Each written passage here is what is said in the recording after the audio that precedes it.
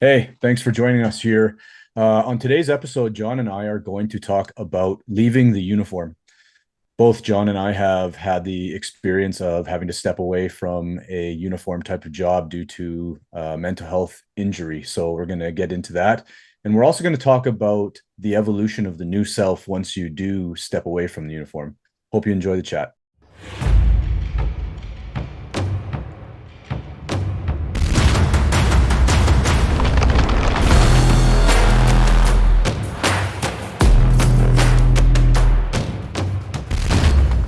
AJ. All right. So before we start that chat, don't forget like, subscribe, share. Just help us like having this podcast shared to everyone so people can actually listen to it, so on and so forth. It would help us greatly. So Absolutely. you have a lot of time. I believe that between us we have close to 40 some years of service. I Yep. have the military and I have the policing. You have the policing as well. Yep. It's very interesting because we've done those service in different provinces, Yeah. first and foremost, which brings as well different encounter. Right? There's a lot of similarity, but there's also a lot of difference because you did rural police and I did city police. Yep. For the one who don't know, I mean, the difference is my backup is 5 minutes away and my backup is too far away. Uh, which I mean, the subject is not just for the uniform, I believe. It's a bit about everyone because everyone nowadays they do they do see themselves like part of themselves or their personage, their who they create themselves is the work, right? We're not Yeah. telling people anymore like, hey, I'm John. I like to go pick strawberries in the summer and so on. You just say usually I'm John. I'm a cop or I'm a whatever the hell maybe. I'm a psychologist. I'm a this. I'm a that because we relate to what we do for work. But truly, it's not. We're making the uniform. And I think we clearly forget about that. And again, the mention of the uniform is whatever the employment is not just the uniform as first responder, military, and so on and so forth. Yeah. I think what might be unique, and I agree with you, John, that you do really get your personality wrapped right into your career very often, especially if I'm going to say this in air quotes so I don't make myself sound too arrogant, but the being a police officer or being in the military holds public prestige. So then on top of that, it seems like you really are wrapped into it because people identify with you with that. People see you as that cop or that guy from the army, right? And so it is a persona that you have for a long time. So when you're stepping away from it, yeah, there's a lot of change that happens. There's a lot of things that occur mentally and physiologically because you're so wrapped up in your career. There's a double standard. Yeah, yeah. The person that you are when you're in your uniform versus the person that you are at home could be two totally different things, but all eyes on you, right? Especially in small communities. Like you said, you're a city police officer. So you were you in Calgary? Is that where you did I policing? was, yes, I was. Yeah. Yeah. Yeah. So Calgary's got several 100,000 people, right? Yeah, a million, 1.3, I think, something like this. Yeah. Oh gosh. So yeah, I mean, my community has 8,000. Yeah. And then, the outlying communities that we policed were, maybe another 15,000 spread over hundreds and hundreds of kilometers in tiny little pockets of communities and um, First Nation communities. They're all sort of mixed around in this area. And that's another ball game as well, right? Culture mixed and so on and so forth. I mean, we have that, right? Like there's different dealings with culture, with religion, and so on and so forth. But I mean, I'm looking at it, and I agree. What I said by double standard is more. Let's say you do something wrong, right? Let's go with drinking and driving, Yeah. which I think we both don't really drink anyways. But um, tomorrow I'm being caught drinking and driving. It will be in the newspaper saying, next police officer named Jonathan Archambault Ayat is has been arrested for drinking and driving. Now, if random person with normal job, right, outside of that kind of double standard, they will never be the front page of a newspaper. They will never be the front page of the news at night at 6 o'clock or whatever that is. And that's kind of where I find a double standard. And Hmm. truthfully, in Canada so far, as long as you're not convicted, you're not guilty, right? So so the negative things that I can find with that double standard is, let's say I'm being charged with being on a call, I've been awful at something, and it's put in a newspaper. Well, now obviously like negative and blood and so on sells, but my family as well will be touched by this, right? Because if I have kids in school and they have the same last name as me, well, people knows, Hmm. right? And that's, I think, the double standard of those things, right? You won't see that about a doctor who got drinking and driving. It's not happening. So there's that kind of double standard that we don't see, right? And is it because police cannot do mistakes? Police do mistake. It's just happening, right? It happens everywhere. Same as doctor makes mistake. I believe that there's a large amount of death done by doctors because of this, because of mistakes, and it's just human. Hmm. But because of the uniform you're attached with, you will be in that kind of front end of paper. Uh, that's a negative in my end, but it's a double standard that the rest of the population do not have. Yeah, and they tell you that, right? When you first get into policing, that there is an expected standard above and beyond what um the civilian world would be held Yep. accountable for. So in Ontario, they call it police orders. I'm not Yep. sure what they call it in Alberta, but something similar, which is a Probably. generally it's either the police force. Yeah, it's the police force that would have their own standards that the Mhm. uh, all police officers, or sorry, all members of that police service, uniform and civilian, have to abide by.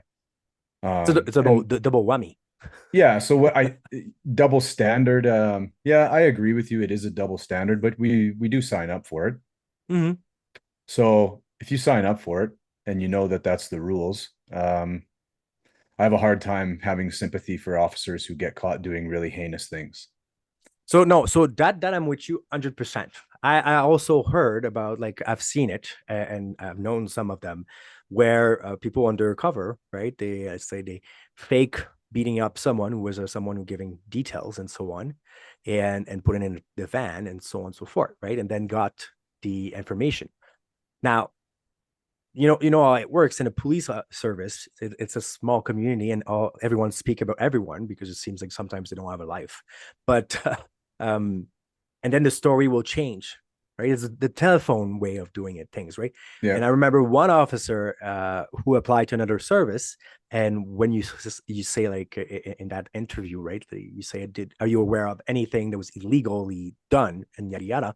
Well, that officer changed the story because the telephone story changed, and said, well, I heard about this guy beating up that person and so on and so forth. Now there was an internal investigation. The person cannot be a police officer, was put in a newspaper, but it was all undercover made, and they cannot release that in the news, right? So he was affected by it. His family was also affected by it, right? So I agree, right? If there's wrong to, like, to be um, caught, 100%, those bad cops should be out. I mean it, Mhm. 100%. But like that kind of double access, and it's hard to see this as well, right? It's hard to see the difference as first as sometimes as a person who investigate, but the news don't care, right? The news wants to Mm. sell, and what does sell? Not the good news, right? For example, last weekend there's two-person who got killed by a grizzly in Banff, and because of the weather was, emergency could not go and helicopter wise go pick them up. So they showed up on Monday. Obviously, the two-person are dead, and the bear, well, keeps his lunch. Right, you're not getting close to it, so they had to shut down the bear and so on. But how they described it was really gruesome, Mhm. right? Because that sells. Now, are we fully aware that during fall in the mountains, grizzlies starting to pick up food, right? Because winter is coming. Well, yeah, Mhm. it's just how it is. So do we always, do a trial? Like, it's something that you have to think. If you go in the mountains, you might face this, and you need to look up whatever things happen. Same as if you approach a moose too close, right? Or Yeah. you're going in a safari in Africa, and there's lions. Well, you're not going to go pet the big cat. It's a bad idea. It's I'm just saying. So Yeah. there's sometimes, like, it's not so much how the service works, it's sometimes how it's portrayed, outside of it, right? And I Yeah. agree, there's bad cops, but there's bad apples and everywhere. There's bad teacher, there's bad, there's bad politicians, there's bad. It happens everywhere, and that doesn't Yeah. stop, right? But it's portrayed the Hmm. worst of the worst, and Oh that's yeah, the of issue I course. have Yeah. down the road. But anyways, we're not talking about that today. We're talking about We went on a serious a little tangent. bender, yeah, and That it's didn't fine. I even mean, that wasn't anything about what we're supposed to talk about. no, no. But I mean, I've been out personally. I left the military. I think I'm at 7 years now, and then Yep. the military, the police. I was off for 5 years, fighting, like trying to recover from PTSD, and because of how the system works, I left the police to be taken care by Veterans Affairs. Uh, Personally, I found that they were better dealing with mental health than the Worker Compensation Board, uh, Yeah. which was my personal view. I mean, it's not everyone, but that's how I dealt with it. And I'm not affiliated at all with the service anymore, which is by my own choice. Salary is less, but there's I remember as of today when I left the military, it was like September 6th or September 5th, and September 6th, which is like I was in the police now. Right? I was sworn in the 6th, and I was out of the military the 5th. Oh, so you didn't have that was all set up before you left. It was all set so you could just jump right in Yeah. and So didn't have to do. Did you have to do a bunch of training? yeah, yes, I did the 7 some months of training that we had Yeah. to do here. But I mean, I took my last 2 week of vacation was used to actually travel from Ottawa to Calgary. That Oh was kind yeah. of what I did, and it took me 3 days, and then I kind of got okay, well, the lay of the land to know Yep. where I was living in a friend, and I needed to figure it out. Where's the food? Where is this and that? Um, and I did not see anything yet. Right, I saw a change of people clearly because it's a different crowd. I saw a different type of culture, but I was affected by it like probably 8 9 months later. Yeah. The only thing I add different is in my mind is a form of freedom, right? Because the military, they can call you back anytime, Right. right? If Yeah. you go on a weekend and you're outside of that whatever 100 kilometers, or depending the unit you are in, you need to do a leave pass, right? And you fill out the paperwork, it's approved or denied or whatever the hell it is, or they can tell you, well, next year you're posted into Zimbabwe. You have no say, right? Yeah. So that kind of freedom was there, but it came with a price of that double standard of police aspect, right? Hmm.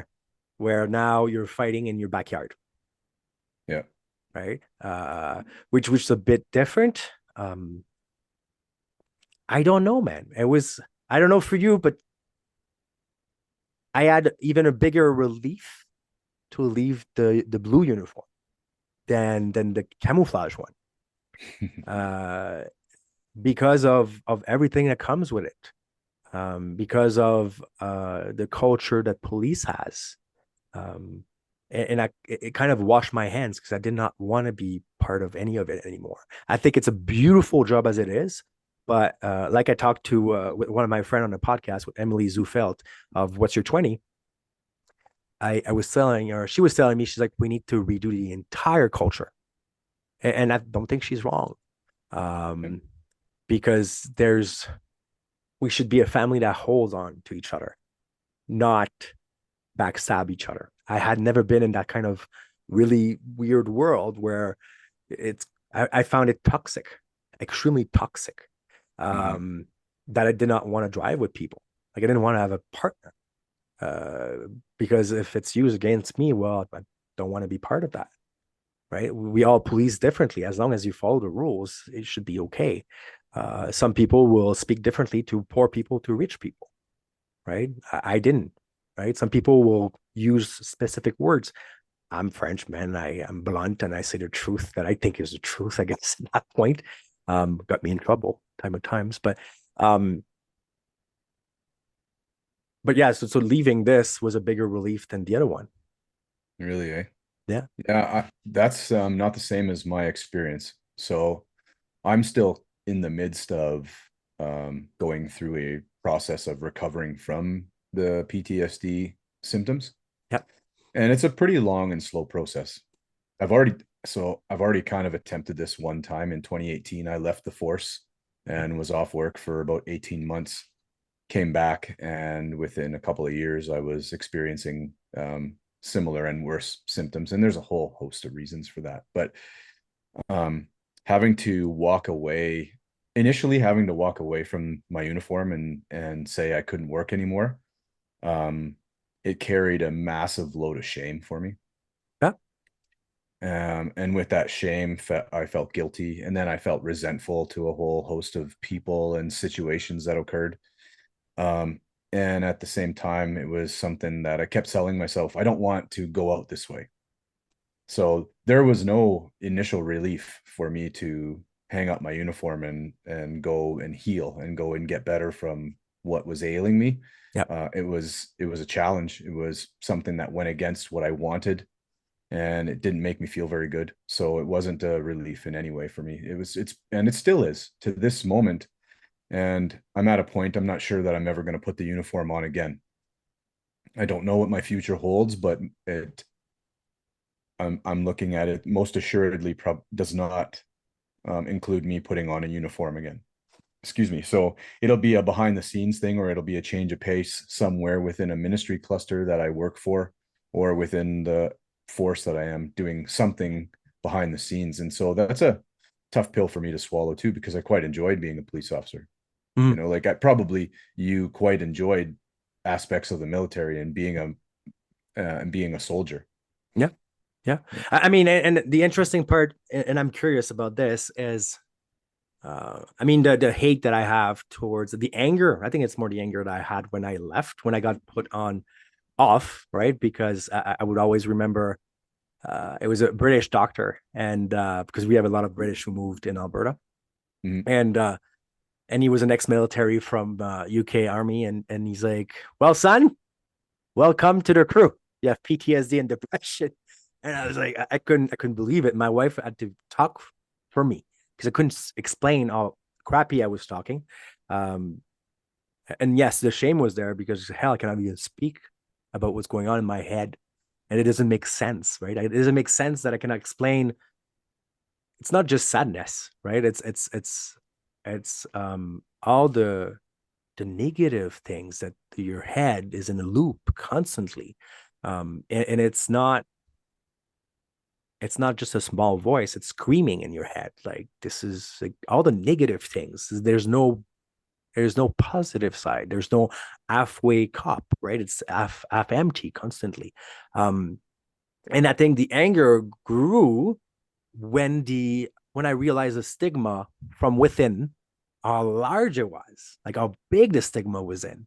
Mhm. Like I have like I was very honest and open about it that I got diagnosed after a month or two, and um, I received, I think, support from one or two person from the service, right? Checking in, or like just like, hey man, you have court today. Like I'm not leaving my house. I cannot leave my house. It's not happening. Like I'm Yeah. in panic if I step outside. Um, well, that's a problem. I'm like, I don't care. I'm sick. Leave me alone. Yeah. I'm sick.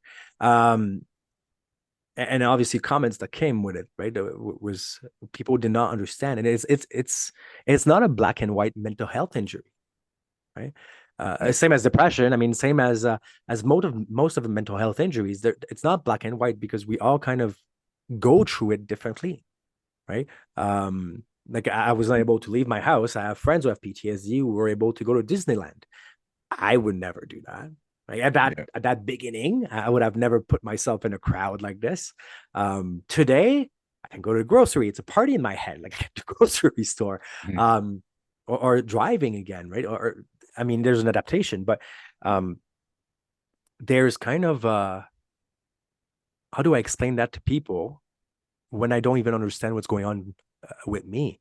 Because one day you're kicking doors if you have to, you have conversation with people in crisis, and the other day your head says no more, we're done with Yeah. this. And your heart says I'm so hurt, it's not happening either. um Yeah. you don't have the choice. And Well, I and mean, and Go ahead, man. What you're talking about regarding the stigma, that enhances all of these problems. Yeah. And it's been it's been the bane of my existence for a long time. So because I have been in policing for 19 years, I've got to watch all of the people that got sick within my detachment.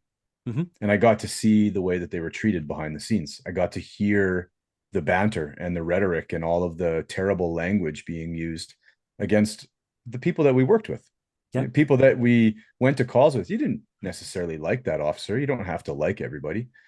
But when they were off work and calling in sick, it was always terrible language being used. It was very few people Yeah. who would take a sick day who didn't have a shot taken at them, and so when I found myself starting to experience symptoms, I knew at this time it was the posters were on the wall, the training was happening, so I knew that there was a name for it, and I knew what I was experiencing was completely abnormal, because up until that moment I slept well and I didn't have any problems, and every day was a normal day and I didn't struggle other than with normal life struggles.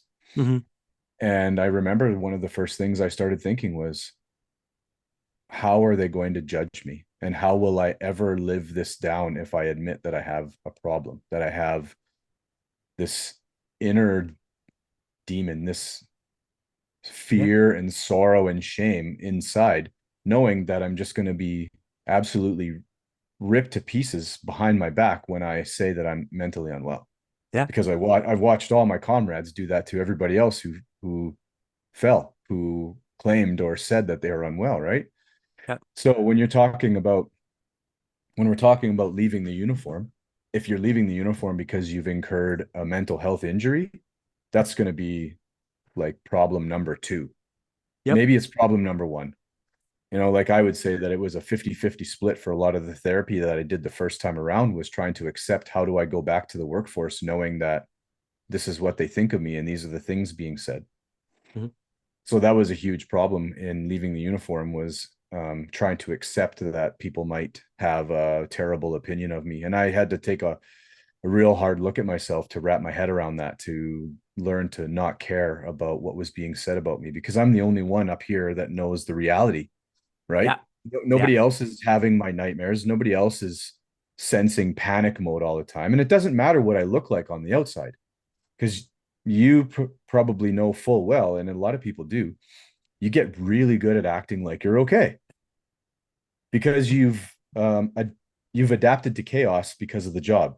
Yep. So then when it's internal chaos, you adapt, because there's a part of you that says it doesn't matter how you're feeling, you still got to go and do the job, you still got to be a husband, you still have to be X, whatever X is. There's all kinds of things that you have to be even when you're sick.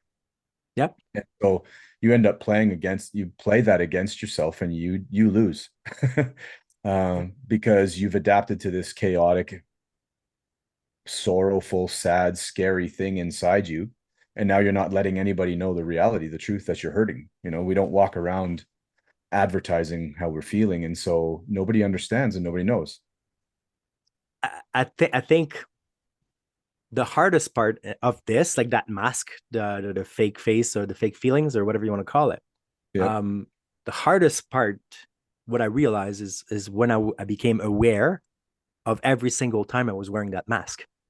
Mm, And it was close to Christmas because I got put off in November the 29th. And I was looking at my son, who was at that time 2 years old, happy like no tomorrow to open his gift. And you know that when you see a child, everyone knows that, who's happy, it gives you a smile because there's a form of, it's something pure there, like yep. naive and pure.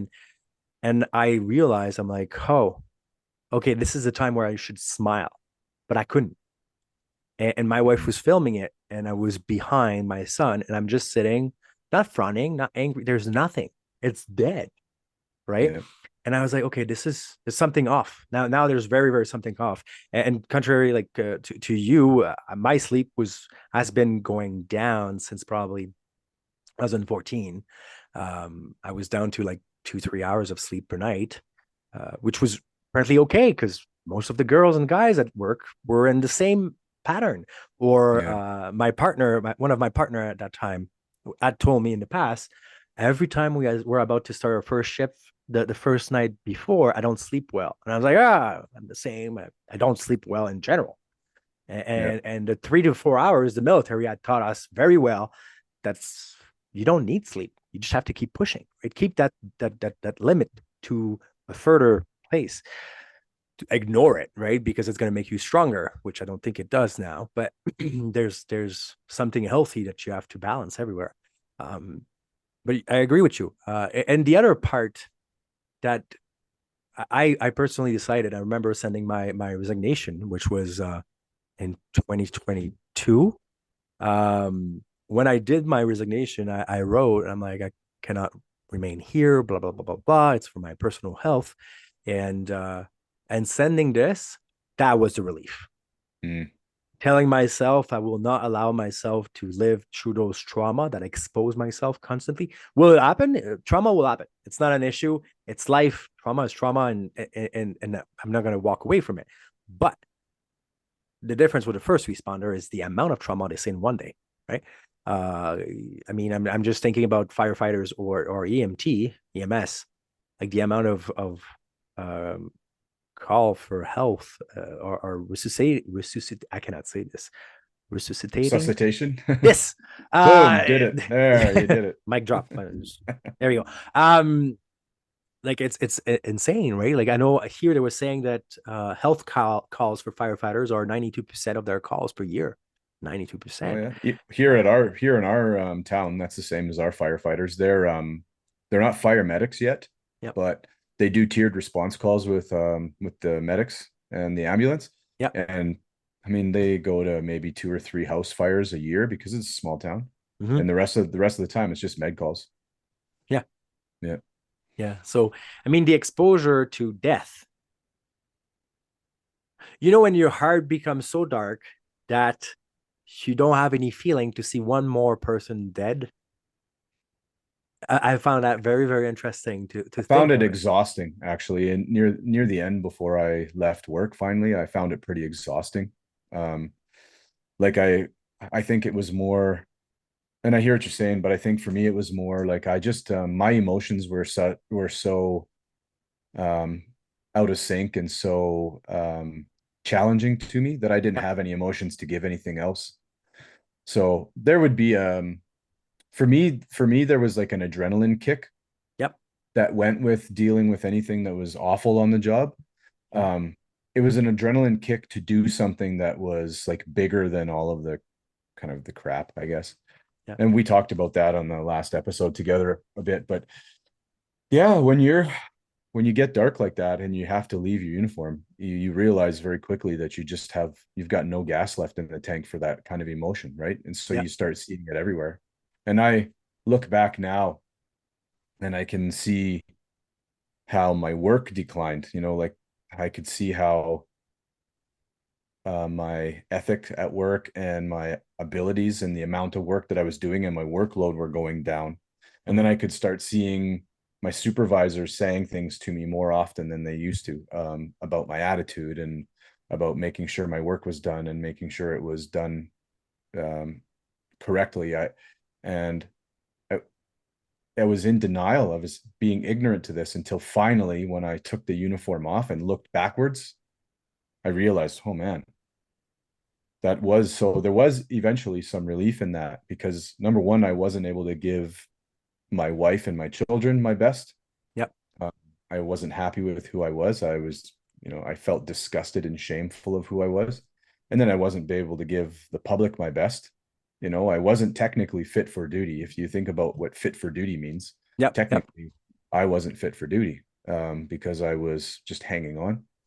So when I said that I wasn't happy like leaving the uniform, eventually I realized that it was the only course of action I could take. It was the only choice that was going to give me my life back. So then there eventually felt like a sense of relief in leaving the uniform because I was able to connect it eventually to getting myself better. And that was through help with my therapist, finally recognizing that I had to find a sense of peace with not working and not fulfilling my duties. Yep. And when I found that sense of peace, then I was really able to start growing a little bit more. It was almost like he told me it was almost like I had to grieve the loss of that part of me. Yep. And I had to let it go in such a way that I was empathetic towards it instead of arrogant and shameful and angry that I didn't, continue fulfilling my duties or do the job that I was supposed to. And truthfully, right? So I mean, I'm with you with the kind of avoidance, right? Like I invented every reason in my mind before getting to that wall. I remember having like a blood test. I'm like, my thyroid has something off because I don't sleep well. I'm getting weight, whatever I could find. Mentally, I'm fine. Body is not, so it's physical. Which was actually cortisol. Right? I was so enterly stressed, anxious, and so on that I couldn't function. And I had the same as you, man. Like I remember, and poor surgeon that we had at that time was a brand new surgeon, just got promoted, and there was so much drama in that line. And because we were not team, like they removed the name of team for us because we were not teams. I don't know why, I don't understand, but they call us line. Um, and then I'm like, he's like, he calls me to his office. No, I called him. I messaged him on the CAD and a computer, and I'm like, I need to talk to you. And I couldn't breathe, right? Like I was in pure panic. And drove to the district and sat in his office. And he's like, it's a good thing because I want to talk to you. People feel like you change. You're not making jokes anymore. Even if your jokes are so dark, you're not making them. And we don't Mm-hmm. get what's going on. And I'm not, I can't do it. I can't do it anymore. I'm done. And that was the kind of three sets of sentence I could say. And he's like, just go home. And I think it was 3 hours within the shift. And he's like, come back tomorrow, you'll be better. And it was a Friday. And I'm like, well, I'm not coming back tomorrow. Like the night passed, and next morning I'm not going back. And the next day was a night shift. I'm not coming for this. Then the Yeah. Monday I had the doctor, and poor doctor. It was how you call those, the new one, the not intake, but anyways, it was Oh, a locum doctor.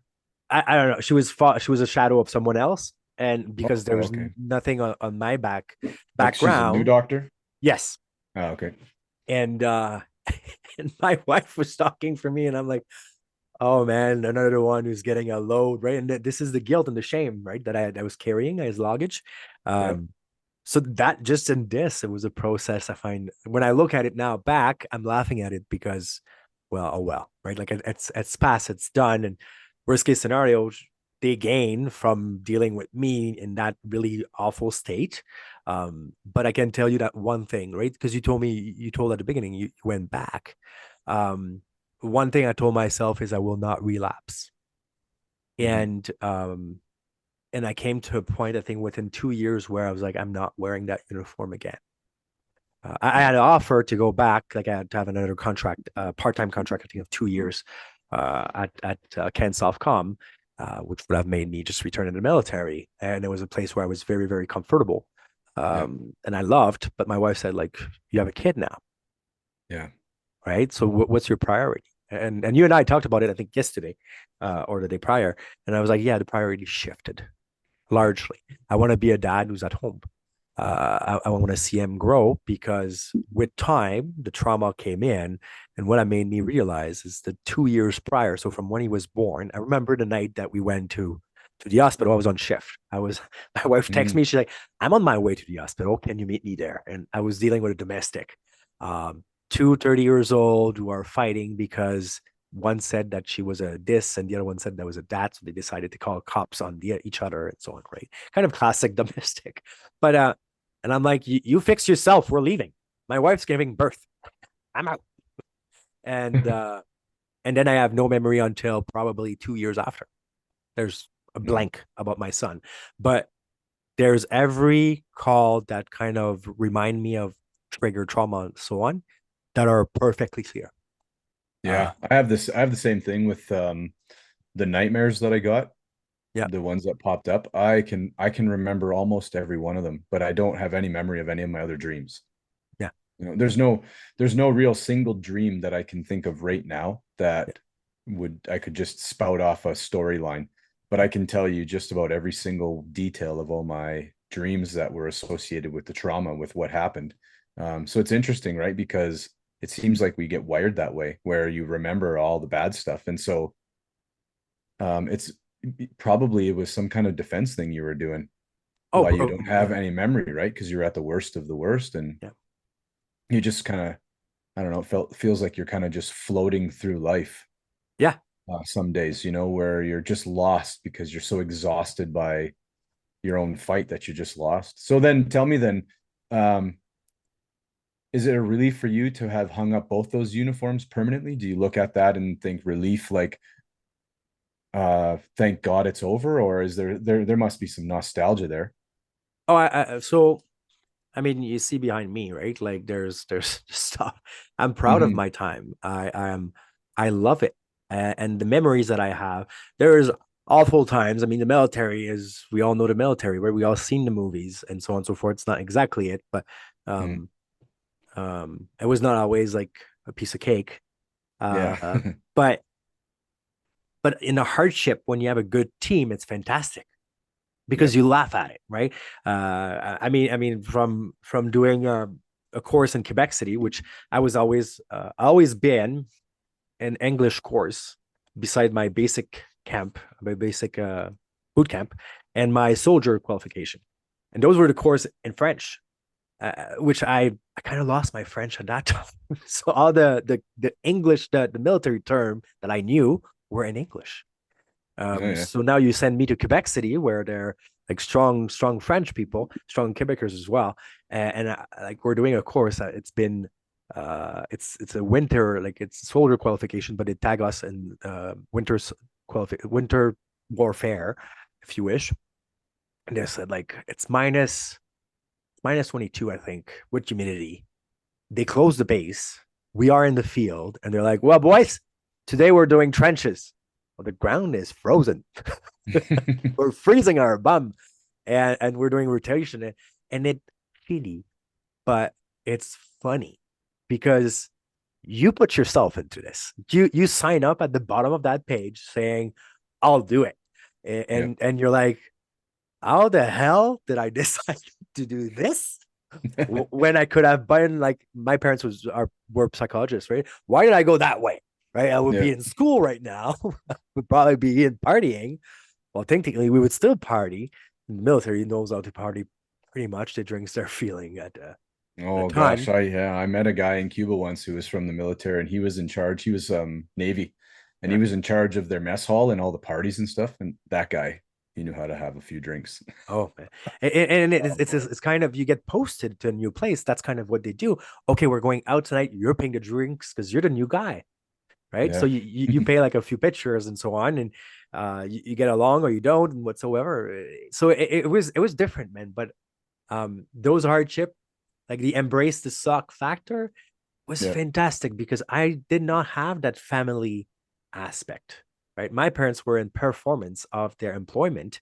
I had a sister who was almost 10 years younger, which is fine, but I was not close to her because I left home. She was 7, Right. right? So, and still as of today, right? I will text her here and there, but we're not close. I mean, I don't know her. And I was busy in my life as well, so I didn't come back often home, and so on and so forth. And I mean, like now I'm over like 4,300 kilometers away from home. So being in the military, I found a family, and I think that was my quest, right? The quest that Hmm. I had. Why did I sing up for the military? Was to have a family and then kind of in a bigger machine. Um, and it fulfilled that, and I Yeah. loved it. Um, do I have still my uniform? Technically, no, because we're not supposed to, but I do. So it's still upstairs. I still look at it times to times, but it's good memories that come up to me. It's like Yeah. I have had a rough but good time. Great. Um, I have the police one as well, right? One of those extra uniform that you kind of keep, or the really the proper one for events. Yeah. Um, Oh, your ceremonial dress. yes, Yeah. and it's okay. That's kind of all I feel. It's okay. I think I speak to one or two person that I work with still. I have other, like, I talk to other coppers, an example, sorry, and various people across the country, but in US, and I mean, I talk to coppers in UK and so on and so forth, whoever wants to chat, but I don't miss it. Yeah. I gather what I wanted to do there, and for me was self defense. I had been bullied as a kid, and um, and what I was raised into is like, don't ever hit back, don't protect yourself, don't do anything, just let them hit you, and eventually someone's gonna come and say stop it. Yeah. Well, boys are physical, right?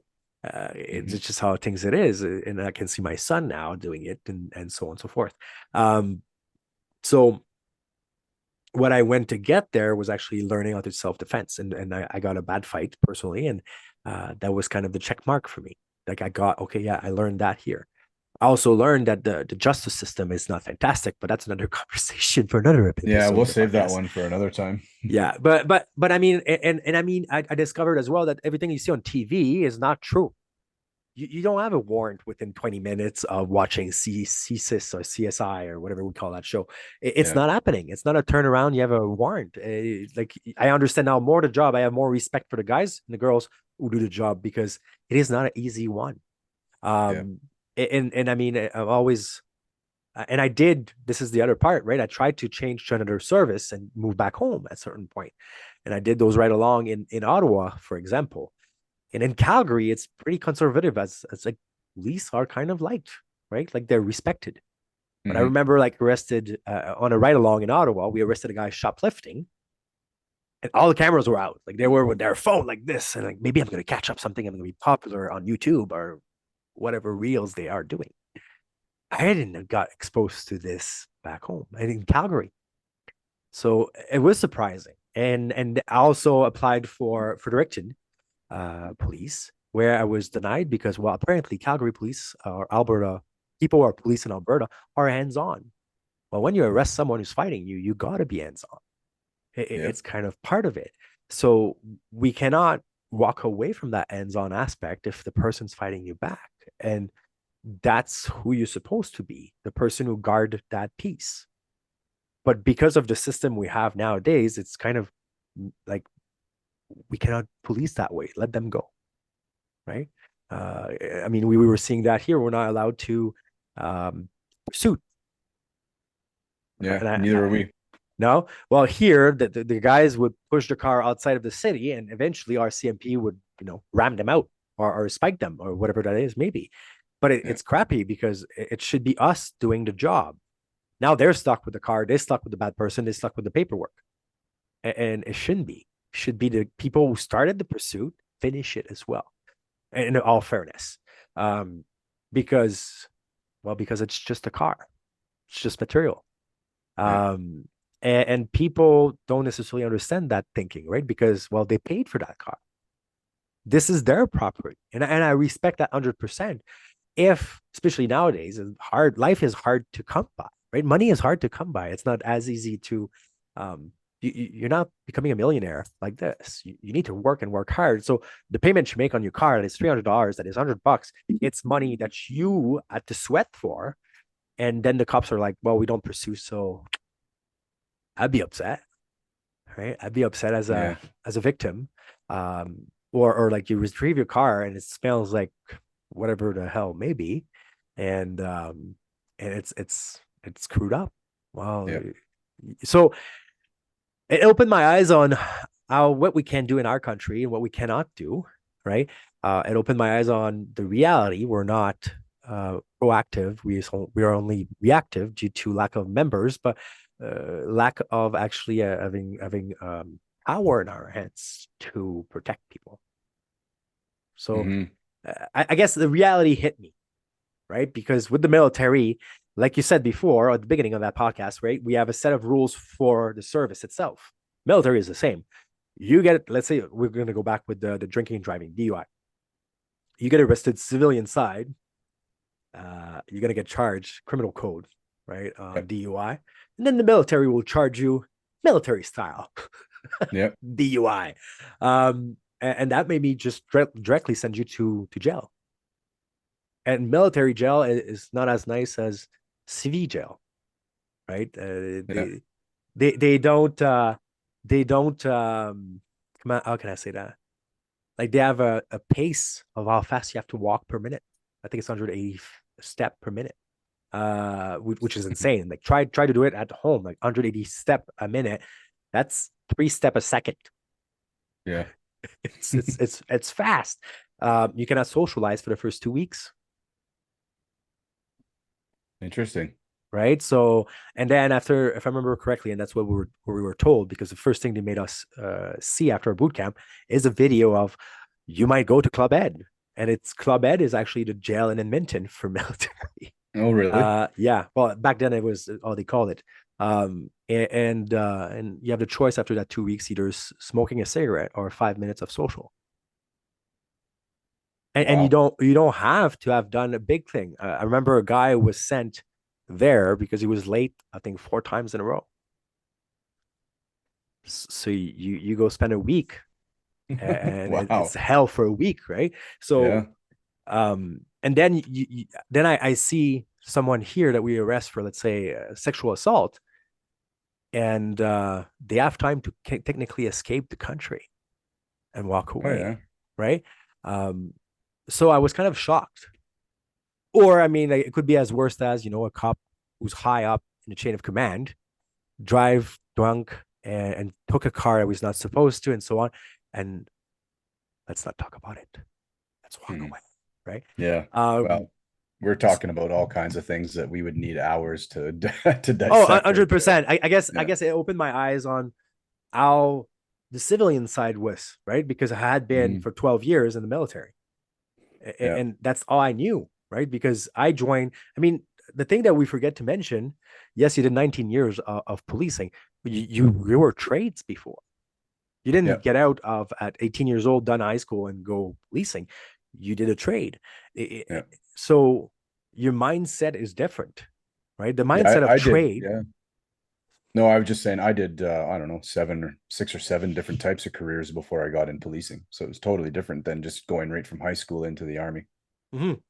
Yeah. Yeah, and I didn't know either. I moved to Brazil. I studied in Brazil. I came back here. I mean, I did my fair share of little traveling before joining. Like the Mm, military was because when I came back from my last trip, which was Brazil, um, all my friends were in university. They had a girlfriend. They live in an apartment, and I was going back to my parents' basement. I was like, I don't want this. I mean, I've been living on my own, right? yeah. One day, and my parents were fully against the military because of the sign of violence that comes with it. And I walk in front of a recruiting center, and I'm like, yeah, we're not. Just let's go sign the paperwork. Out of the blue, I never watched a military movie before, so I didn't know what I was signing up. Um, I learned quite fast. Don't get me wrong, but it was new to me.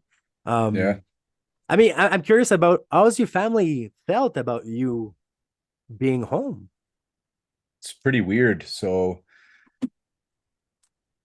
my kids almost don't know now that I'm a policeman. My 5-year-old boy, he was born when I was off work on my first 18 months of attempting to correct myself. And then I was back to work for 2 years and then off again. So throughout his life, I've ended up being at home as much as I've been a policeman, and he doesn't even have any solid memories of me being in and out of the house. My daughter has a few memories um, of me as a police officer, but still, she's only 7. So she was only 2 years old when I was first walking away from the job and having to be at home full time. And then my oldest boy, he's 13. So of course he'll have some memories of it. So it's a kind of a unique thing because moving forward, if I never put the uniform on again right now and I move forward in 5 years, my other than my oldest, my 2 youngest children won't have any memory of me as a policeman. Even right now they can't really talk about it. There's nothing that they can say other than daddy was a policeman, but now he's at home. They don't really have a way of explaining or understanding why. I try to tell them, daddy got hurt at work. Where's your boo-boo? You know, where's the boo-boo that you're hurt? So they don't really understand that you can get hurt inside. Hmm. My older boy, I think he basically gets it, and my wife is, um, my wife is the one that's more relieved than I am, because well, she gets kind of two things, in a kind of a weird, strange, bittersweet way. She gets me back, Hmm. because she was, obviously she found I eventually disclosed to her how bad it was. Yeah. And of course it frightened her because of I was hiding everything. So now she has a bit more of an understanding of what the reality was for me. And now she supports me not being at work so that I don't ever feel that way or experience those things again. So I think she's the one that's relieved more than anybody else. But overall, I've been supported by my family mostly, most of my family, anyways. And I'm okay with that now. I'm here and there, I still get a sensation of struggling that I'm never going to put the uniform on again. It's part of my ego, being wrapped up in policing for 19 years. That's half of my lifetime. Yeah. So, well, almost half, anyways. I'm 43. So it's pretty insane to think that half of a career or two-thirds of a career, and I may not be able to walk across the finish line the way that I had hoped. So I work really hard to get over that sensation because it's been bothering me for a long time. And it's been one of the things I talk with in therapy is getting over that part of me that I had so entrenched that I was going to do a full 30-year career as a police officer. And then I'd be, retired at 24 and look to the new adventure. And that was sort of how I had planned my life out with, working towards specializing in some kind of unit in the policing world at some point. So a lot of those things didn't come to fruition for me. And I had said that at first I was, I felt ashamed of taking off the uniform, and then eventually I felt relieved. Now I'm starting to finally accept my fate, with regards to walking away from this. And that's taken a long, deep, hard look at myself. It's taken a while for me to accept this part of me and what has happened, and that I have, well, I'm not sure if I'll call it a choice. I don't know if it is a choice or not. I suppose if you're facing the barrel of a gun, and it's your choice whether the person should pull the trigger or not, Hmm. then I suppose then yeah, it's a choice, Yeah. right? But In that metaphorical sense, the other choice for me is whittling away at my mental well-being again to the point where I'm unwell again, and I'm playing not. Russian roulette. It really is, because this is round two for me. And when I remember the psychologist said to me, the rate of recidivism is almost nothing. If you get through this program and you get yourself back to work and back in uniform, the rate of symptom reoccurrence is like almost zero. And I mean, I can tell the story of why I think it didn't work out for me, but that was, I think that's categorically false. I'm at this time now that I've talked to other people and I've experienced it myself. They say that if you fall a second time, you fall deeper. That's what I've heard, and I've seen friends who, I mean, I have a good friend of mine. She went out in 2012 and came back, and she fell back in 2020, I think, during COVID, Yeah. and she fell from higher and Mm. fell like deeper down, which was extremely sad to see, and so on and so forth. And I mean, they know how it works, but then the mind doesn't say it.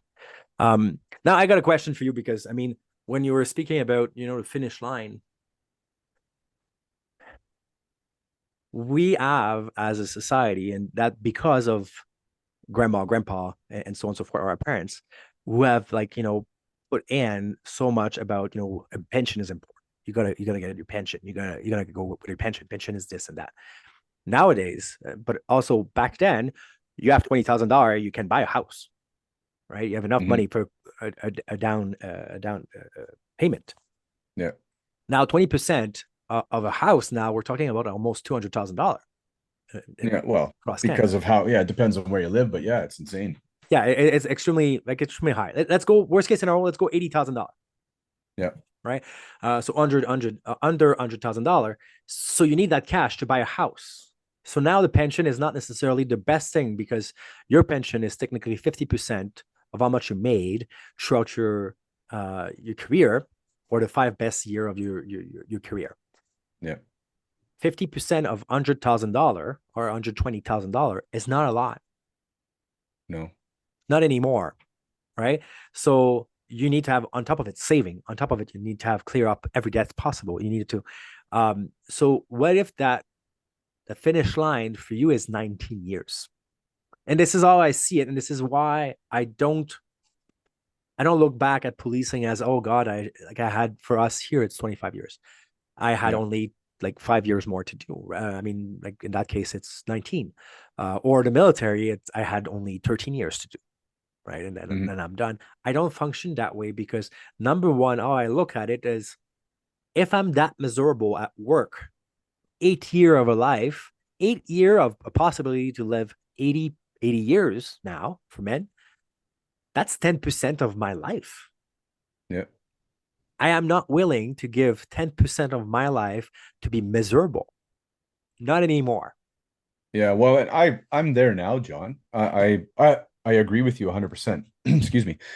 Um, so I can explain, I think, why I felt such a desire to finish my career and not miss work and stuff. It's because that's the culture I grew up in. It's what you mentioned. I was raised by my grandfather because my dad flew the coop when I was a baby, and my granddad was a millwright.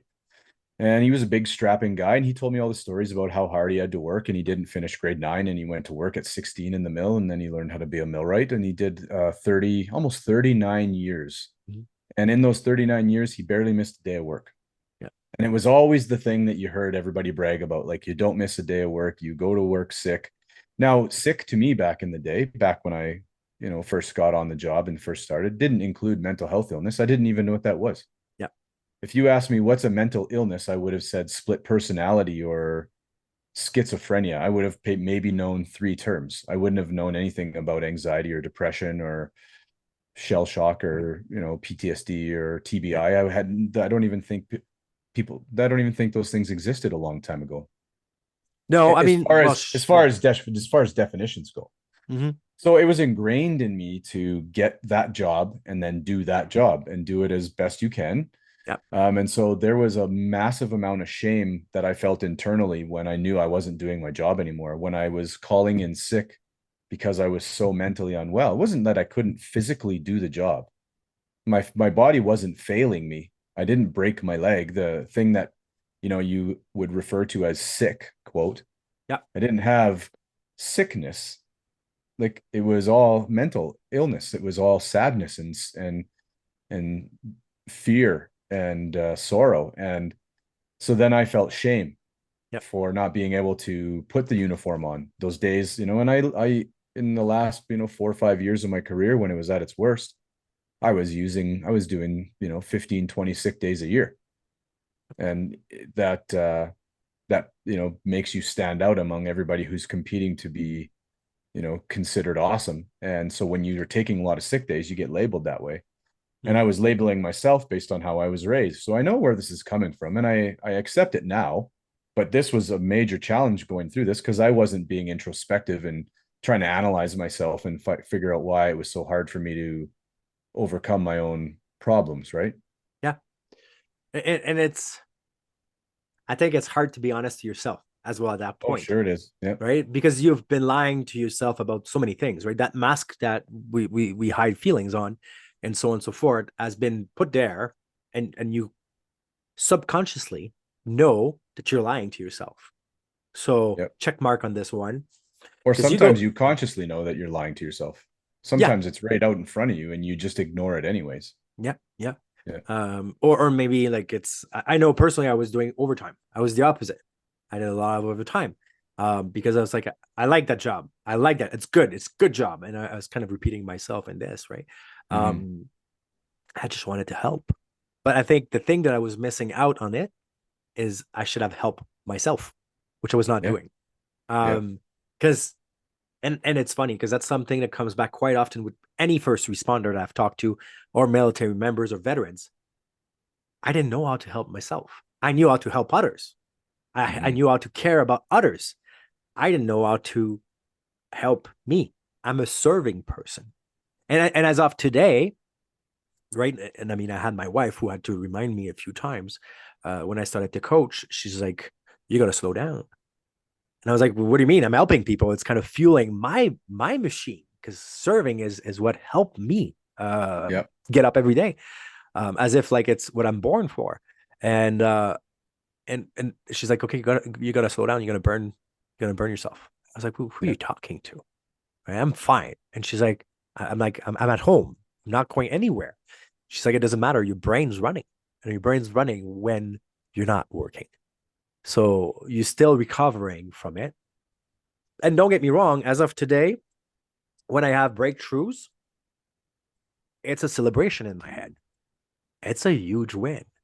Hmm. Um, because before the breakthrough comes the darkest time of the day as well. It can, yeah. Right? When I'm looking at last week, we got a breakthrough as an example, and we went to EMDR. So for the one who don't know what EMDR is you let your subconscious, well, you follow a light, little point dot whatever that is, for X amount of times, probably 30 seconds, and then deep breath, but your subconscious goes.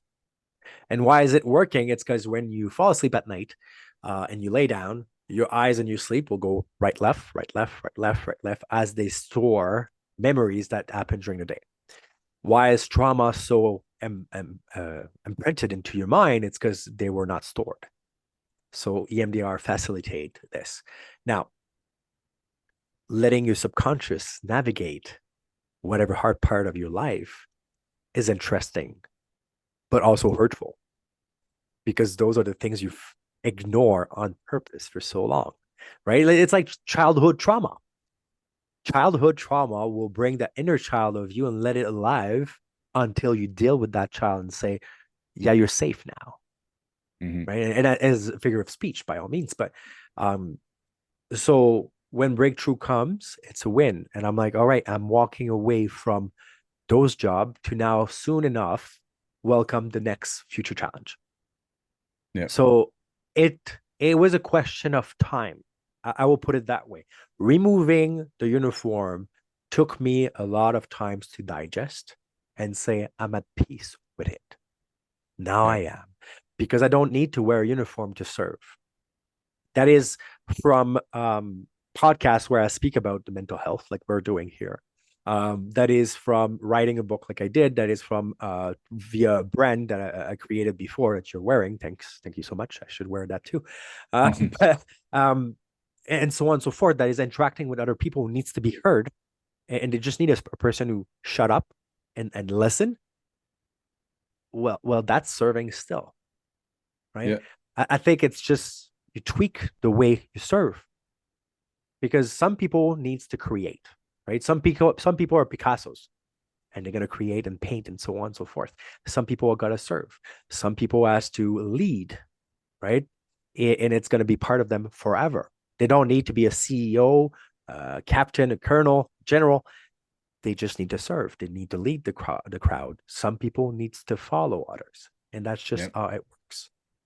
Well, and that kind of brings us to the what we were going to say, which is evolving into the new self, Yeah, right? So, I kind of we rambled a little bit here and there, but essentially I think that's what has to happen when you hang up the uniform. Whether you're going to go back to it or not, you still have to evolve. And so I'll take my story as an example. If I am to ever return to the uniform, I am going to have to evolve a new set of skills to keep me from ever getting mentally unwell again.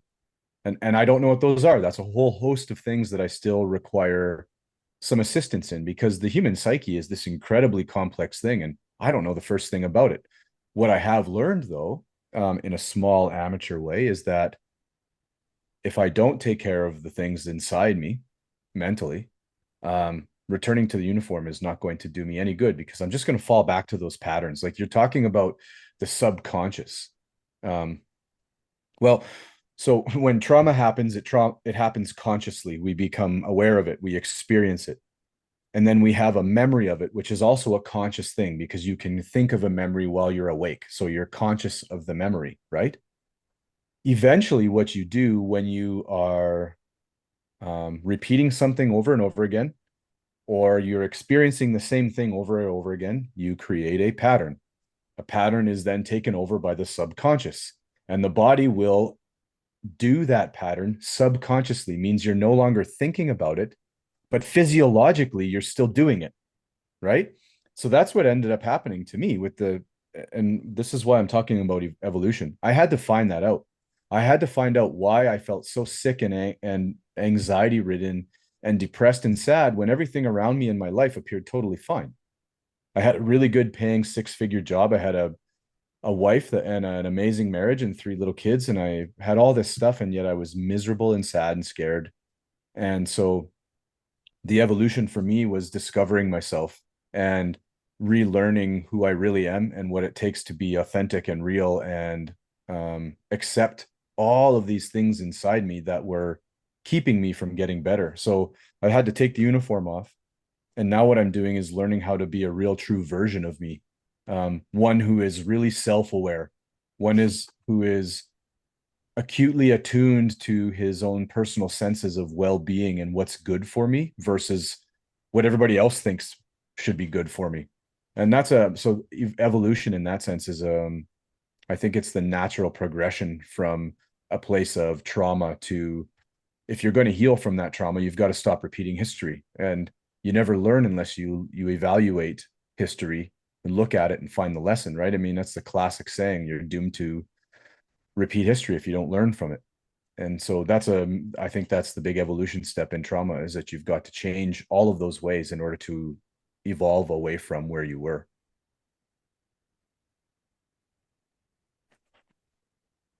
Okay, so sorry, playing with my cat and my mic because my son's waking up. We'll Um, some we'll get her someday, buddy.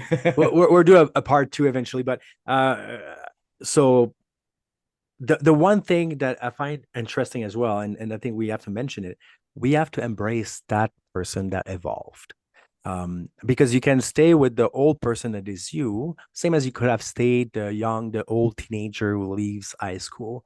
Then you could have stayed because we evolve, right? Then you became that Yep. tradesman and do that career. And you said around six career before getting there.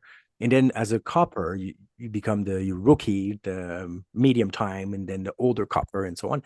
Um, but you accept that you evolve throughout. Now, Mm-hmm. evolving outside of it, that okay, well, this portion of my life is over, takes a time, takes a lot of energy, and takes peace.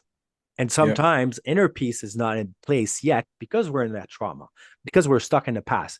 And I love that say because I keep repeating it, but quite often PTSD for me, I see it is we are stuck in the past, fearing the future, forgetting the now. Mm-hmm. And that's the truth, right? What am I now? Well, today I'm a husband, I'm a father. Wherever happens after, we'll talk about it. Yesterday, well, I was a cop. And I mean, a week ago, I was a military person, but that's Yep. the past. And if I dwell too much in this, I mean, I will forget now and I will be anxious about tomorrow, but we're not Yep. tomorrow yet. So it's like in a recovery aspect, right? Like, let's say you break a bone. Well, yesterday I broke my arm. The reality is I will be recovering for 3 months. I'll have time to write everything I want on that cast, make it signed by everyone.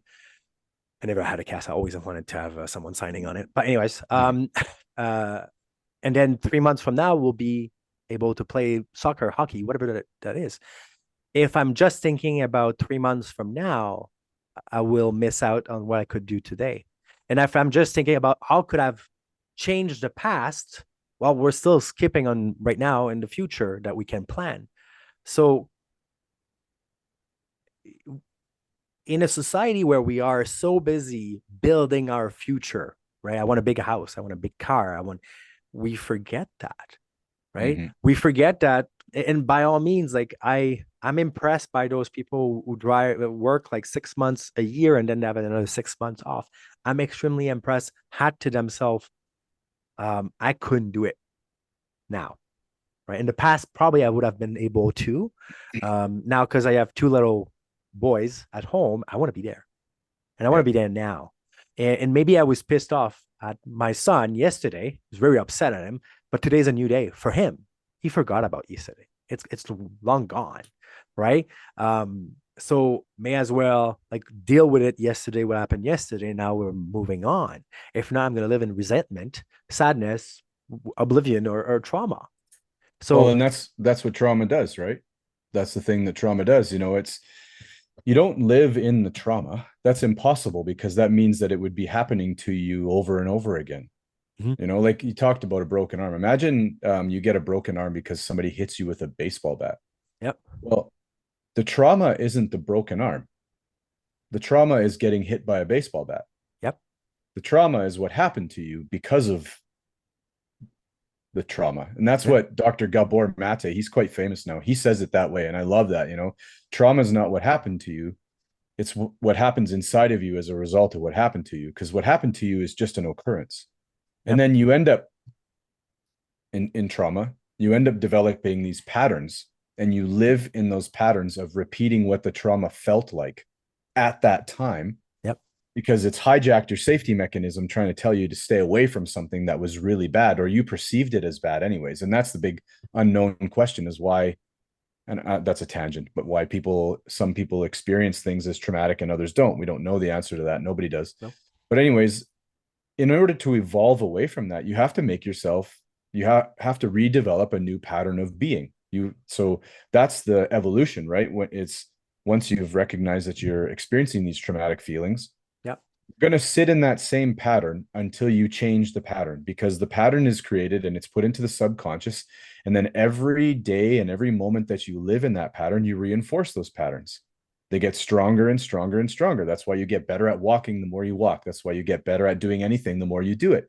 yep, And so you become supremely awesome at living like you're traumatized. yep, And what comes with all of that?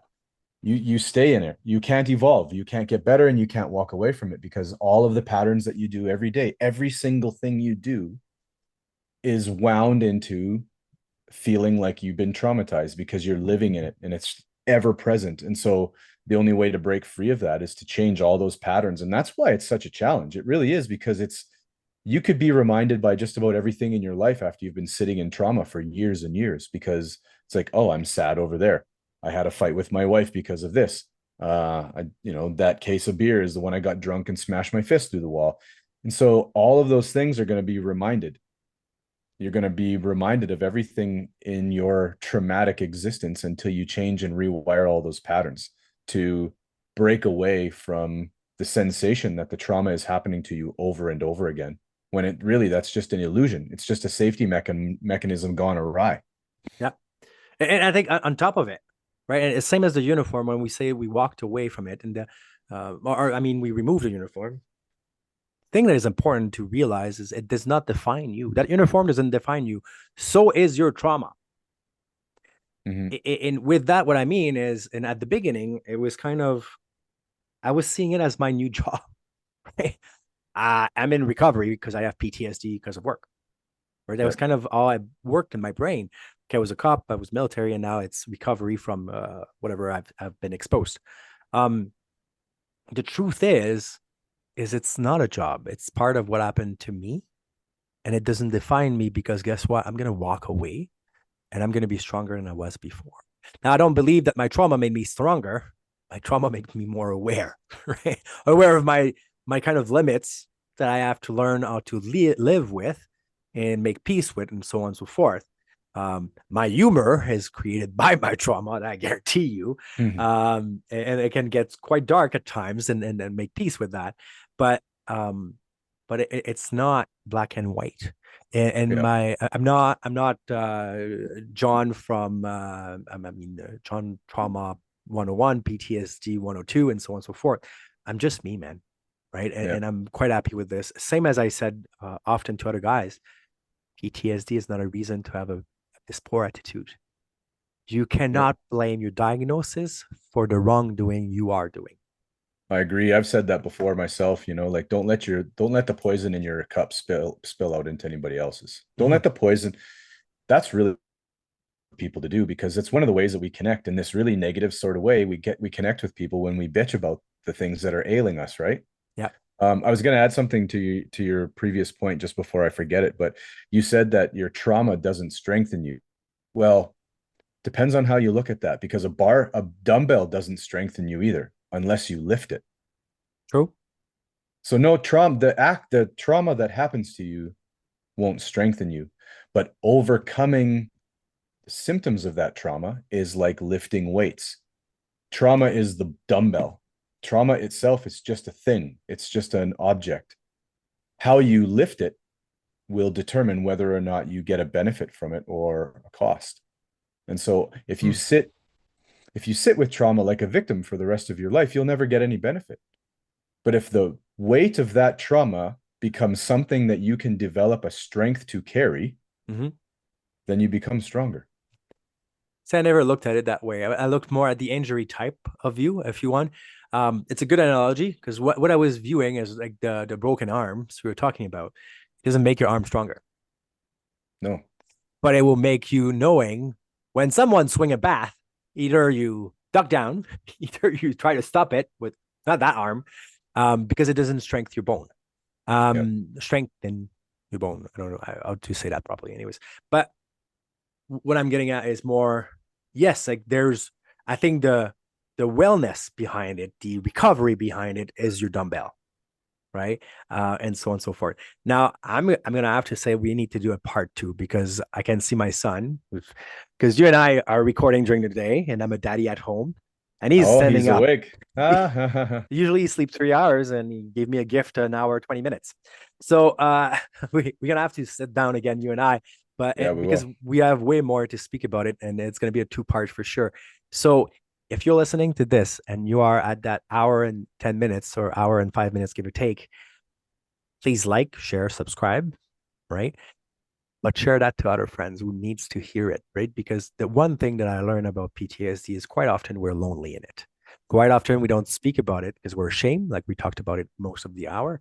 And what helps is realizing that we're more than just one person in that fight. And there's actually ways to get out of it and heal from it. So if you have a friend right now, you should maybe check on or give a phone call, send a text, do it. It's important. And support them because they might just need to be listened to. You don't need to necessarily understand or know what to say. And that's the biggest part. I don't know every answer about PTSD, but I know how to sit with a person who's broken down and just listen. Some quiet time. They need to be heard. Don't put judgment. Just let them talk. Which I think it's a biggest thing, right? We need to be heard sometimes without any. Well, I would have not done that way, right? Which sometimes makes it harder for the person to open. So I don't know Well, whichever John, you take. well, here's something that I've learned too, and I think you know this. I think everybody knows this. Take a look at your own life. You've had hardships your entire life, Mhm. and you are not unique in this. And neither am I, and neither is my neighbor or my wife or my coworkers or my grandparents. Every one of us goes through a form of hell in living because it's just the way it is. There's no such thing as just a happy ending every single day. There's no such thing as a life lived without pain. Mhm. And if you can just realize this, you can exercise a tiny little bit of empathy with people, even if you don't know what they're going through, in just understanding that we all are, that we all are. And what you're saying is, if there's a community around you, you feel better. You feel like everybody will get you because everybody's going through it too. And I really do truly believe that, John. And that's I think that's a great this little conversation here is a great way to end this first part is just knowing that reach out to somebody, be a good space for a person to say that they're not feeling the greatest. Don't judge them and exercise a little bit of empathy because we all go through shit and Mhm. we all have trauma in our lives. Agree, 100%. So for episode number 2, it was Munin and Hagen for the Ravens Chronicle. Ciao.